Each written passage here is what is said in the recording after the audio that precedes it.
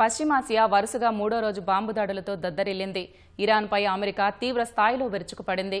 Tehran కూడా ఏమాత్రం తగ్గేదే లేదంటూ అగ్రరాజ్యం దాడులకు ప్రతీకార చర్యలు కొనసాగిస్తోంది. బహ్రెయిన్, ఒమన్లపై దాడులు చేసింది. యూఏఈకి చెందిన 2 ఆయిల్ ట్యాంకర్లపై Islamic revolutionary guards corps IRGC జరిపిన దాడిలో ఓ భారతీయుడు ప్రాణాలు కోల్పోయాడు, పలువురు గాయపడ్డారు.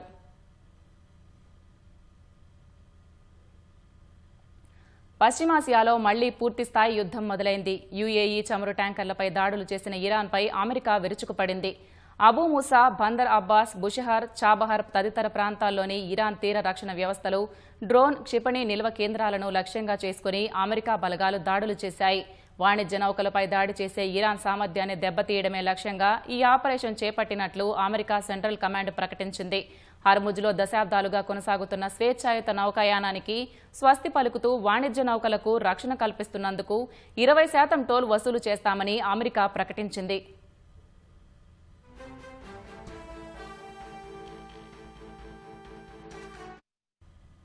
అమెరికా దాడుల నేపథ్యంలో ఇరాన్ సైతం ప్రతీకార చర్యలు కొనసాగించింది. హర్ముజ్ జలసంధిలో యూఏఈకి చెందిన మొంబాసా, ఆల్ బాహియా అనే 2 చమురు ట్యాంకర్లపై క్రూయిజ్ క్షిపణులతో దాడి చేసింది. ఈ దాడిలో ఓ భారతీయ నావికుడు మృతి చెందారు.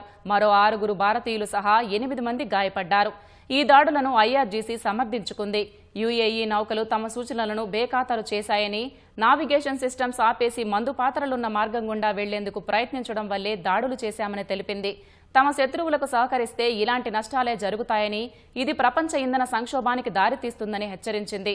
ఐఆర్జీసీ దాడులను యూఏఈ ఖండించింది.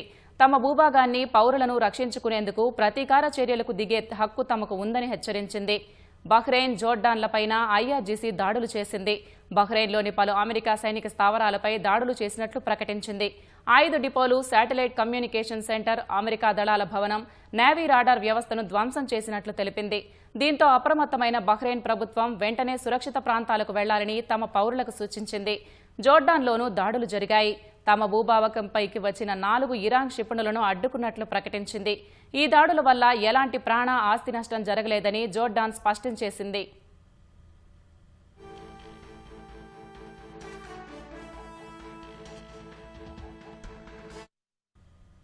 గత నెలలో కుదిరిన మధ్యంతర శాంతి ఒప్పందాన్ని ఇరాన్ ఉల్లంఘించిందని డొనాల్డ్ ట్రంప్ ఆరోపించారు.